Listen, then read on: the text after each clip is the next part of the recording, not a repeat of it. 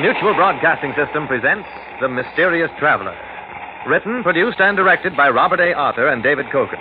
And featuring tonight two of radio's most distinguished personalities, Santos Ortega and Richard Coogan, in No Grave Can Hold Me.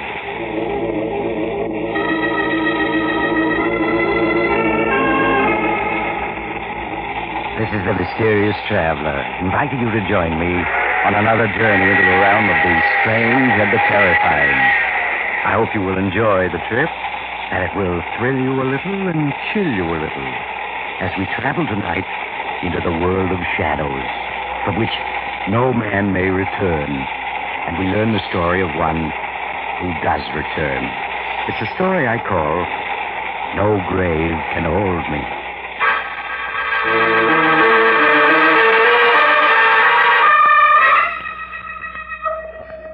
My story starts in a court of law, where a man is on trial for his life. The courtroom is tense, for the jury is out deciding the prisoner's fate. But the prisoner himself, a tall man with glossy black hair and piercing eyes, sits calmly with his lawyer, his daughter Nora, and his son-in-law Harry Wilson, waiting for the fateful verdict. Oh, dear, I wish we knew. Father, I think the jury is coming in now. They say it's a bad sign when the jury is out for such a short while. You need not worry, either of you. I shall be free. I certainly hope so, Randolph, but... Well, you know, you did admit you killed Clemens. Because he insulted me. He called me a mountebank, a charlatan, a trickster. He called the great Randolph a faker. So he died. There they come. Oh, Father, I'm frightened. They're taking new places in the jury box now. They look awfully grim. I repeat, have no fear for me. Foreman of the jury, has the jury reached a verdict? It has, Your Honor. What is the verdict? We find the defendant guilty as charged of murder in the first degree. Oh, no. Randolph, they found you guilty. The fools. They, too, think that I'm an impostor, a trickster. They shall learn different. If I die, so shall they. The prisoner will rise. Father, you to stand up. The prisoner will rise. Very well. I'll stand up, so that they will recognize my face again when they see it suddenly in the night, and know that death has come to claim them. Maximilian Randolph, you have been found guilty of the crime of murder in the first degree. It is the sentence of this court that you shall suffer the punishment of death on the night of June 6th at midnight. And may God have mercy on your soul.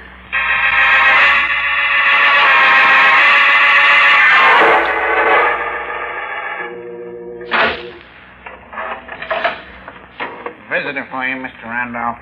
Thank you, Guard Miller. You can see him for only 5 minutes, Mr. Wilson. Yes, all right, Guard. Hello, Randolph. Good evening, Harry. I see that my guard Miller managed to get you in to see me. Yes, he did. Time is so short that... Well, I know. It is almost midnight. And at midnight, I die. But Guard Miller has become a good friend. I knew he'd arrange it. Nora and I saw the governor this afternoon. He refused to do a thing. It does not matter. What is death but a new garment for the soul to wear? Nora's waiting outside. You said you didn't want to see her tonight. That is as I wished. You were my assistant. We were very close, you and I. And now there is a last promise you must make to me. Anything, Randolph. When you receive my body, the empty husk of the great Randolph, bury it in a vault with a bronze door which faces east. A vault facing east? Yes, of course. The door must be locked with a padlock of bronze. But it must be possible to open it from the inside. But without Randolph. using a key. Randolph, you... The coffin must be locked shut as well. But I must be able to open it from the inside. Randolph, sure you're not serious. I never joke. All this and one thing more. Promise. All right, I promise. When I am buried, beneath my head must rest a notebook bearing the names and addresses of the 12 jurymen who found me guilty, of the prosecuting attorney, and of the judge. But why, Randolph? So that I may know where to seek my vengeance upon them. The vengeance I have sworn, which must be executed before my soul can sleep. Oh, Randolph, that's madness. You disbelieve. So do they. But in my studies, I have learned many things. And one of them is how to reach back from behind the dark curtain of death. All right, time is up, sir. Thank you, Miller. Goodbye, Harry. Just tell me one more thing. Is the full moon shining tonight? Yes. It's a full moon tonight. Good. And each time hereafter that it shines, one of my enemies will join me in death.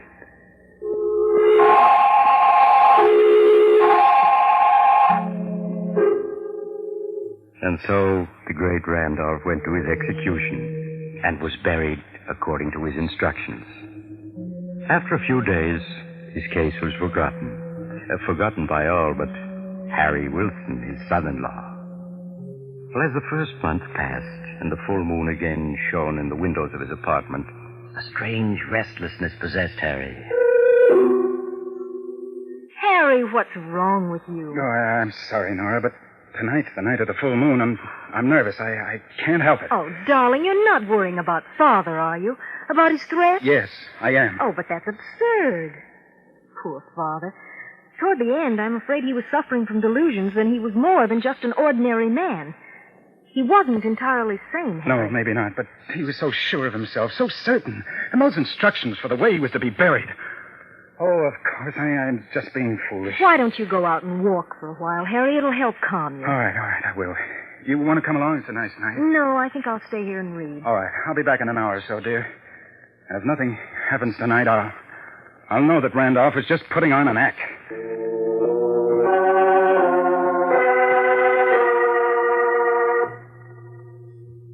But a little later, another man was also walking in the moonlight of a beautiful July evening. This one was short and stout.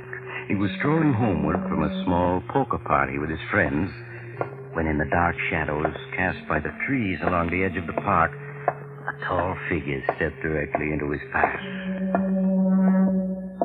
Just a moment, Adam. Who are you? What do you want? Just to talk to you. I don't want to talk to you. Get out of my Not way. so fast, my friend. Look. A gun. Say, what is this, a hold-up? No, Adam. It is not a hold-up. Then why are you threatening me with that gun? Why have you got that scarf covering your face? Because my face has changed in the months since I was executed and buried. It's rather frightening now. What are you saying? Who are you, anyway? You're beginning to recognize my voice, aren't you? You know who I am. You just don't want to admit it to yourself. The great Randolph. Whom you, as foreman of the jury, caused to be executed. Oh, no, it's not possible. No one could come back from the dead. No ordinary man. But the great Randolph has come back. No, I don't believe it. This is a trick of some kind. And is this a trick, Adam?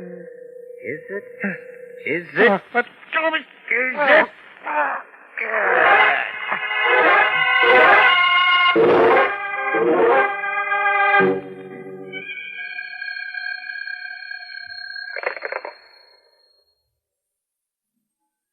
Hello?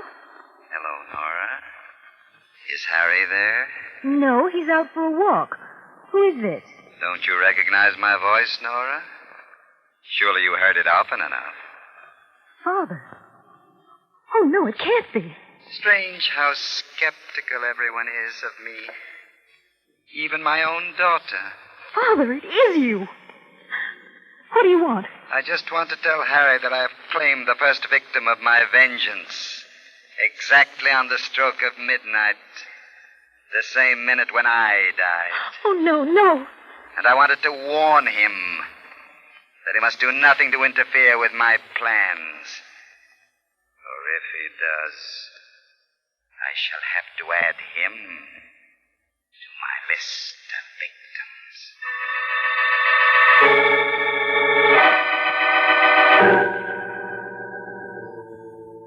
No, Nora, he telephoned here. You wanted to speak to me? Yes, Harry, just a little after 12. He said that he... Yes, I know. I heard the news. I was in a restaurant having coffee, and it came over the radio. Adams, the foreman of the jury, was found strangled in front of his home. Oh, but it's impossible. And yet it was his voice, Harry. Father's voice. Oh, we've got to do something. Nora, I've got to warn the others on that list. The other jurors, Baldwin, the district attorney, and Judge Dexter. Yes, but he said if you tried to interfere... I know, but that doesn't matter. In the morning, I'm going to District Attorney Baldwin. He'll believe me. He'll have to.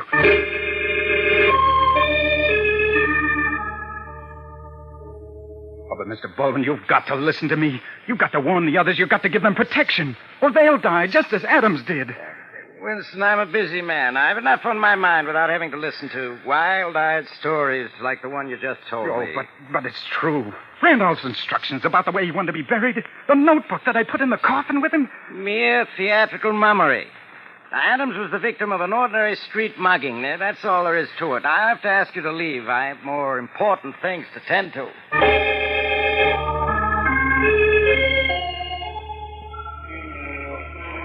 Mr. Lord, you're a sensible man. You edit the biggest newspaper in this city. If you'll only print what I've told you, the authorities will have to take some action. Wilson, my job is to print news for our readers, not ghost stories. If I ran your story, I'd be fired tomorrow. Then you don't believe me. Tell you what I will do. I'll make a story for the Sunday supplement out of it. Oh, that won't do any good. If it's in the Sunday supplement, people will just smile at it. When they see it there, they'll know it's just a story. And I'm afraid there's no use in talking any further, Wilson. All right, I'll go to other papers. One of them will have to believe me. I don't advise it. You run a shop, don't you, selling tricks and magic apparatus? Yes, that's right. Why? Just this. Newspapers don't believe in giving free publicity, and that's obviously what you're after. Goodbye, Mr. Wilson.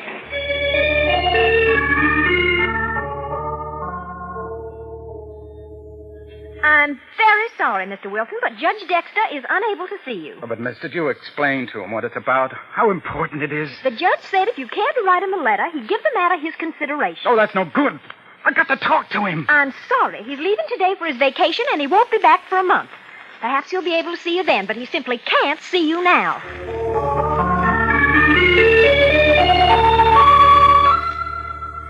None of them would listen to me, Nora. They either thought I was crazy or... But I wanted publicity. They all told me to forget it. They're right, Harry. That's the only thing to do to forget it. But, Nora... Maybe we're wrong. Maybe Adam's death last night was just a coincidence. I'm sure Father had nothing to do with it. Oh, no. He telephoned you. You heard his voice? Well, I'm not sure now that I did. Maybe it was a dream, Harry. Maybe I just imagined it. So forget the whole thing. Please, Harry, for my sake, forget it.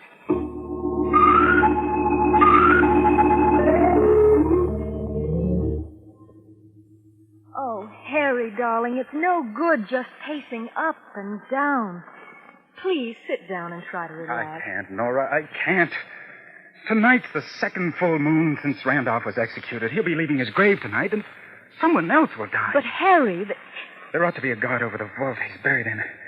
Oh, no, that wouldn't do any good if he came back to from the dead. He wouldn't be bothered by a guard. Please, Harry, you've done the best you can. And if it is true and you go on like this, well, you'll be in danger, too. I don't care. That list, Nora, the names on it were alphabetical. And Adams, the foreman, was the first to die. What are you driving at? The second name on the list is Baldwin, the district attorney. Baldwin. Wouldn't listen to me last time, but tonight he's got to. I'm going to his home now while there's still time.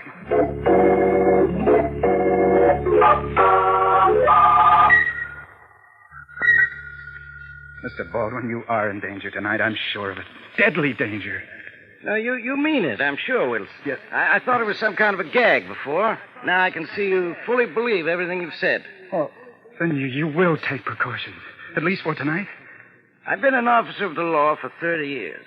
I've been threatened by a lot of convicted murderers, but not one of them has come back to get me yet. But you don't understand. The great Randolph is different. He had powers that we know nothing about.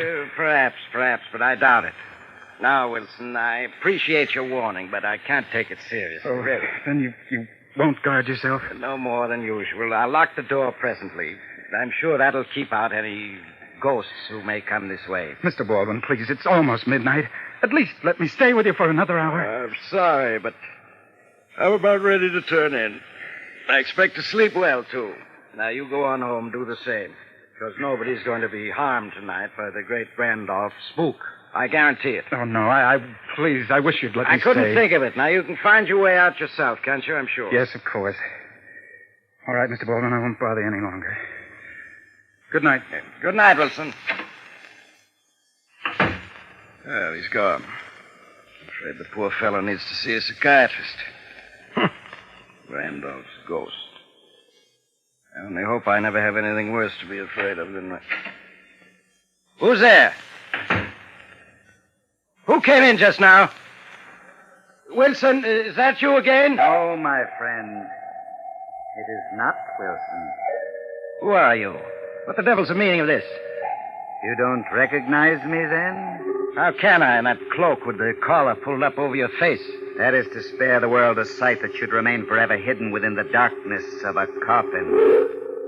But my voice? Surely you recognize that. What are you talking about? Now, get out at once or I'll call for the police. It would tax their powers to arrest me.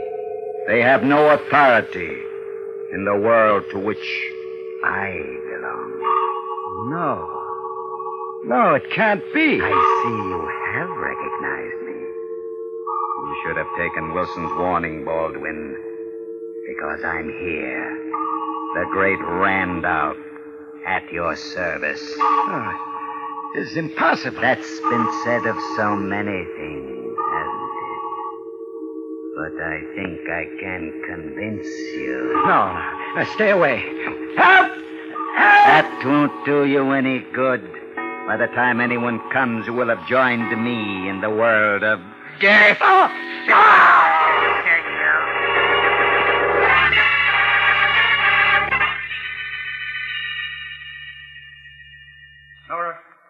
Nora! Where are you? Nora! Harry, I could hear you calling all the way down the hall. Nora, where have you been? I just went out to get the morning papers. Why? Why? It's happened again. District Attorney Baldwin has been killed. But how? Exactly the same way Mr. Adams was killed, strangled, just at midnight. Oh, no. And Nora, I think I know the truth now. What do you mean? I don't believe it was your father at all. I think it was I that killed them. I killed them both.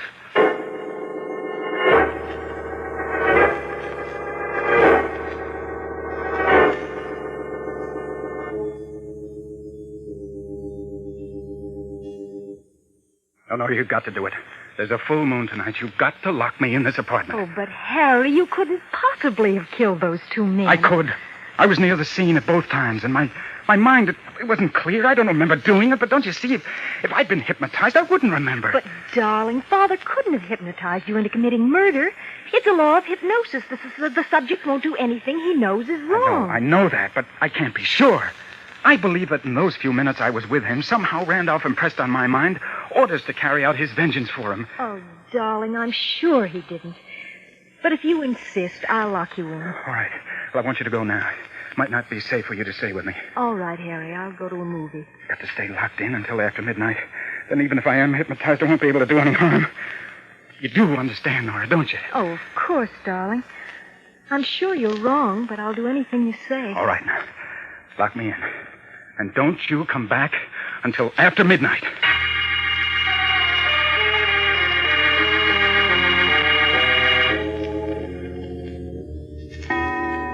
7, 8, 9, 10, 11. Another hour and then I'll know. Or will I? Maybe I'll try to get out and I won't remember it. Or... Telephone. Yes. Hello. Hello, Harry. Randolph. Yes, my boy.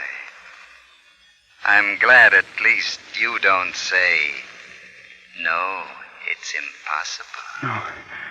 Where are you, Randolph? That doesn't matter. I just wanted to warn you. And don't try to interfere with my plans. But, Randolph, I thought... Hello. He hung up. That proves that I'm not the one. Then in that case... Yes.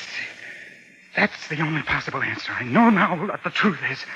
Oh, I've got to get out of here. The door... No, it's too solid. I couldn't break it down with an axe. Oh, there's no fire escape, and it's 8 floors down to the street. I have it, the superintendent. I can telephone the superintendent, tell him I locked in, and then he'll come and let me out.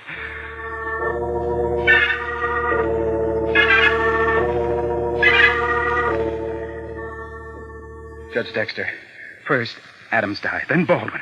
Their names were the first 2 on the great Randolph's list. Your name is third. And so you think that tonight I'm scheduled to die, huh? Yes, I'm sure of it. And you say you warned Baldwin last month just before he was murdered? I did. And he laughed at me. But he died just the same. And you're seriously asking me to believe that a dead man legally executed by the state is walking the streets tonight seeking my life? I tell you, he telephoned me only half an hour ago. I recognized his voice. You know, of course, that your story sounds like the ravings of an insane mind. I know it. That's why I've kept quiet this last month.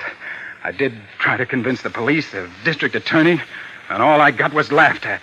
And then... Yes, and yet, obviously, you're in earnest. I don't think you're crazy. I'm not. For a little while, I thought that I was the killer. You? How? I thought that I was under post-hypnotic control, that Randolph had planted in my mind the impulse to kill his enemies.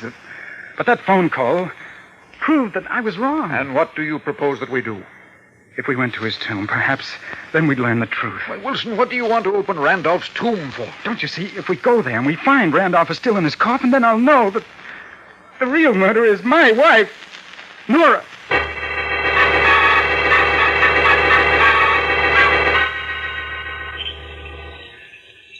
I have the key right here. I'll have the padlock off in a minute. Well, then hurry. The moon is bright. I'd hate to have anyone see us. Yes, sir. A very strange story, a man in my position prowling around a cemetery at midnight. Oh, but we had to come, Judge. We had to make sure. Well... There. Unlocked it. We can open the vault door now. I'm rather sorry I paid any attention to you, Wilson. But we're here now, so let's get this thing over with. Now, I'm going in first. But don't forget, I'm armed. Oh, don't worry about me.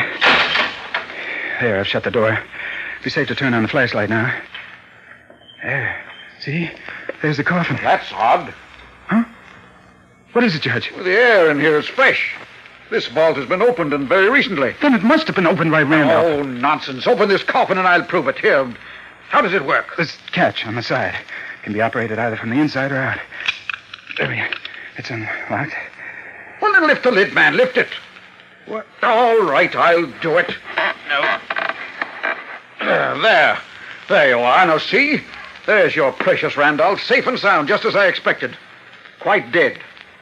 As he's supposed to be. He's still in his coffin. Yes, and that proves that...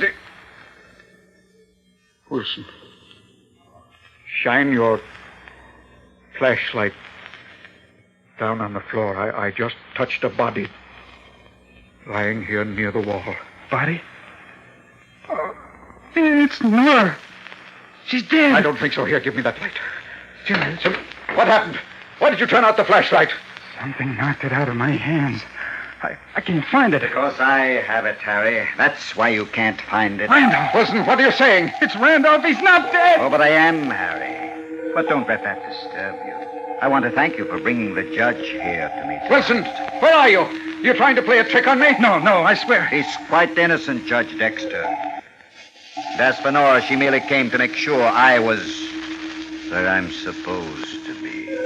Just as you did.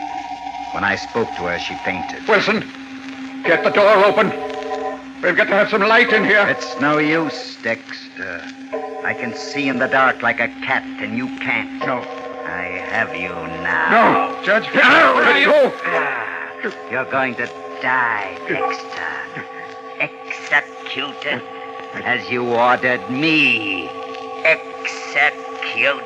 Randolph, let me go. I warn you, Randolph. I've got a gun. I'm going to shoot. You're too late. You're... Are you all right? Yes. Yes, I am. Now see if you can find the flashlight. Right. I think I've taken care of Mr. Randolph, if it was Randolph. I think I have it. Yes, here it is.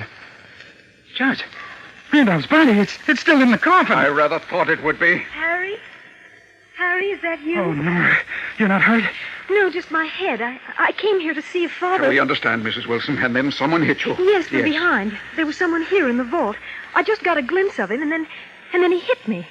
But who was it? That's what we're just about to find out. Now, let me have the flashlight, Wilson. Yes, of course. I think he fell over here. Now, yes, here he is. But who is he?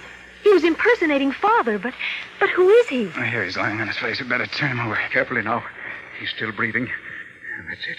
Oh, hey, it's Miller, the guard from the penitentiary, the one Randolph said he made a friend of. Yes, the one who was guarding him just before he was executed. So that's it. It was Miller.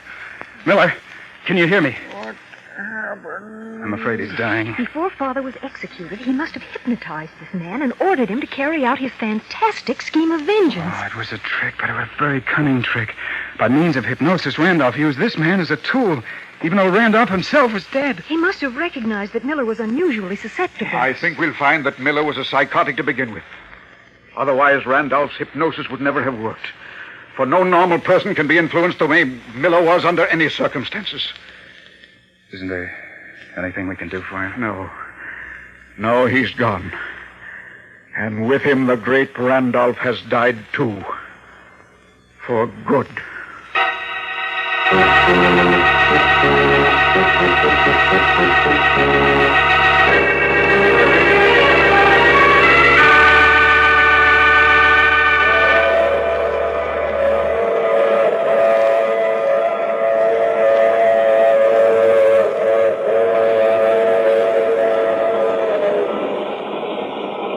This is the mysterious traveler again. So the great Randolph is dead for good, is he? I wonder. After all, Miller wasn't the only guard Randolph had a chance to talk to. Oh, but he couldn't have hypnotized any of the others. I wouldn't give it another thought if I were you. Unless, of course, you were on the jury that convicted Randolph. In that case... Oh, you have to get off here. I'm sorry. I'm sure we'll meet again. I take this same train every week at this same time.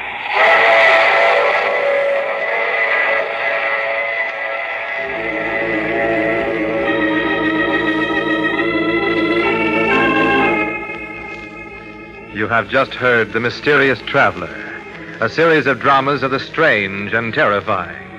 The role of the mysterious traveler is played by Maurice Tarplin. In tonight's cast were Santos Ortega, Richard Coogan, Shirley Blank, and Bill Smith. Original music composed and played by Al Finelli. This is Bob Emmerich speaking. This is the Mutual Broadcasting System.